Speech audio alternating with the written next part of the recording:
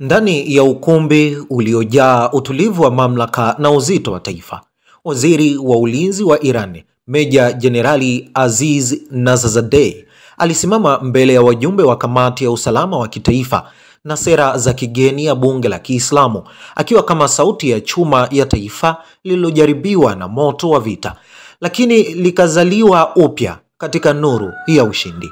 Kwa sauti thabiti na macho yaliyojaa mwanga wa imani, Nazazadeh alitangaza kile ambacho wengi hawakuthubutu kufikiria, kwamba uwezo wa kiulinzi wa Irani leo umefikia kiwango cha juu zaidi kuliko hata wakati wa vita vya siku 12 vilivyolazimishwa katika ubora na wingi wa uzalishaji.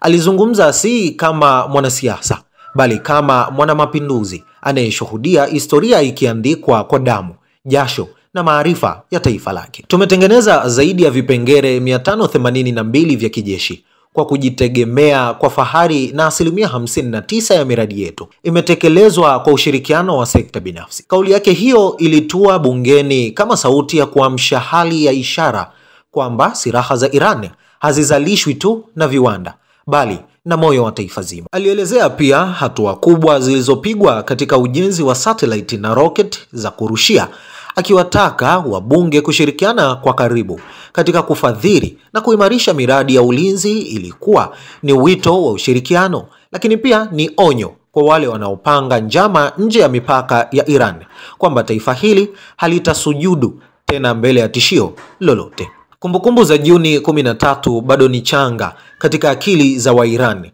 siku ambapo utawala wa kizayuni wa Israeli ulianzisha shambulio lisilo na sababu dhidi ya Iran, wakati mazungumzo ya nyuklia yakiendelea kati ya Teherani na Washington. Moto wa chuki ulioanzishwa na Tel Aviv uliwaka kwa siku 12 na kuua zaidi ya watu 1064, wakiwemo makamanda wa jeshi, wanasayansi wa nyuklia na raia wasiokuwa na hatia. Lakini katika kivuli cha mashambulio hayo, moyo wa mapinduzi haukufa.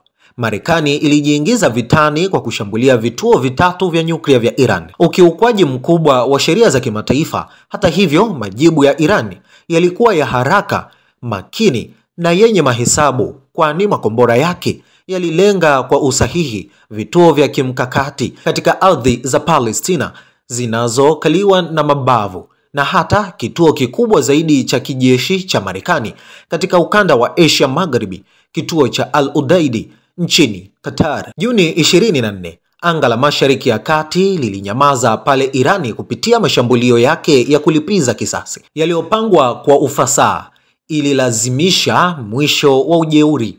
Taifa lililosimama peke yake mbele ya majeshi mawili makubwa zaidi duniani sasa lilisimama juu ya kifusi cha ushindi, si kwa nguvu ya silaha pekee, bali kwa nguvu ya roho ya mapinduzi. Leo, chini ya uongozi wa Nazazadeh na wale wanaoamini katika uhuru usiopimwa kwa mikataba ya kigeni, Iran inajenga si tu makombora ya satellite, bali pia hadhi mpya ya taifa lisiloweza kutikiswa, taifa linalosema kwa sauti moja: tulichomwa na moto, lakini tukawa chuma.